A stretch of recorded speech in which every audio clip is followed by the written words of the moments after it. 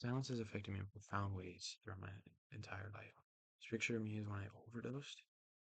Um, this was a day after I overdosed. But when I overdosed, I remember leaving my house, um, still extremely high, and I felt this will be the last time I'm happy. I felt like I didn't have God, and I thought that drugs were the only way to happiness, right? Um, and then a few months later in Spain, I found God. I felt God's presence in silence. I was silent in this place with my cat, looking at the sunset, with the trees and birds chirping, the wind blowing.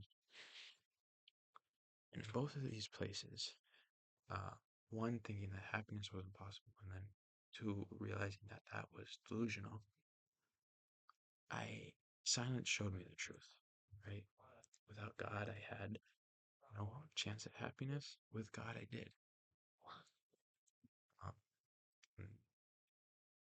I believe that we are missing something truly beautiful when we don't practice silence, right?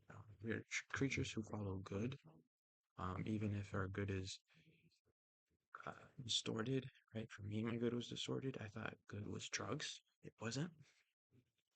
But even us, we all follow good in some way, right? Magicism, right? Something bad they think is good, right? Lots of us are suffering. Um, I think it's 23.18% of U.S. adults that suffer from mental illness, right? So that, I mean, that's a large number, but on the flip side, right, about 47% of us think we're highly satisfied, right? But when we look at Gallup's data, who told us that we see in the years that we have economic recession, our satisfaction goes down, right? I think that's very telling of who who we are as humans, right?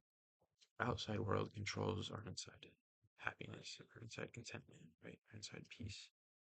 We let the outside control our inside, right?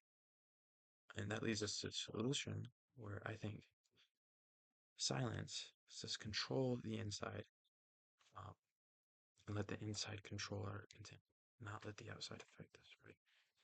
Um, I think outer silence and inner silence leads to meditation, and meditation leads to contemplation, right? So meditation is a practice, contemplation is a result of meditation. I'm using the definition that Martin Layard in his book The Silent Land gave to contemplation. It's kind of a sifting of the soul.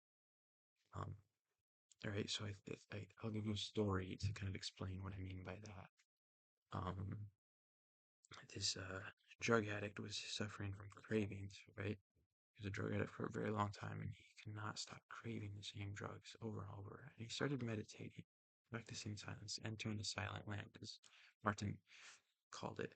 Um, and over time, without any singular thought changing it or a bunch of thoughts changing it, the cravings kind of stops. And that's not for an accident. I'll show you why. Um, so reaching inner silence through a prayer word.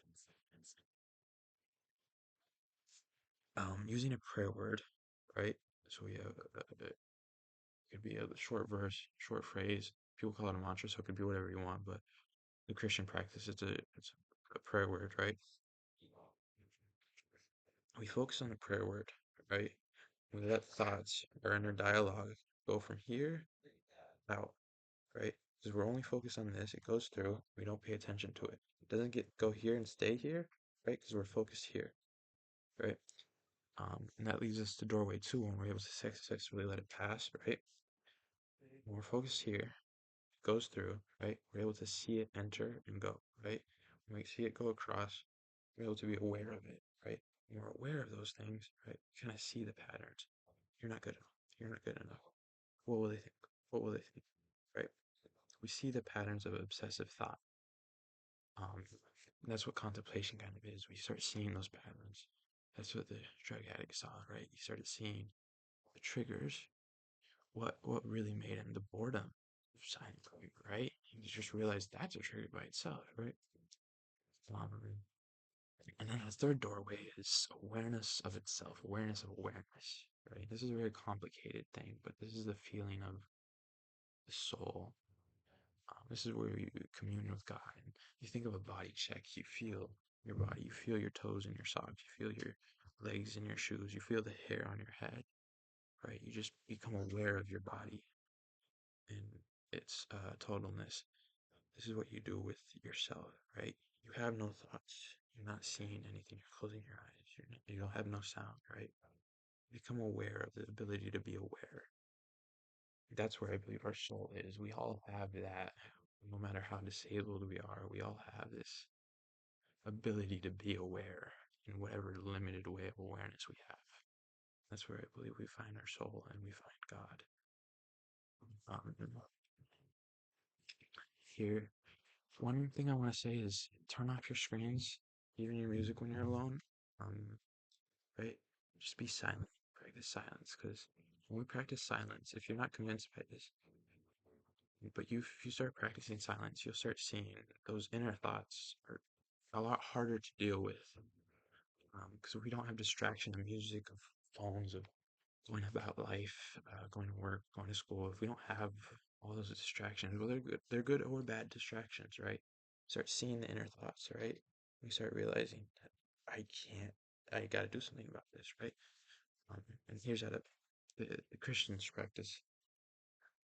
Historical Christians have practiced silence. You sit straight up, find somewhere not too comfortable, but comfortable enough where you're able to sit for a long time, right?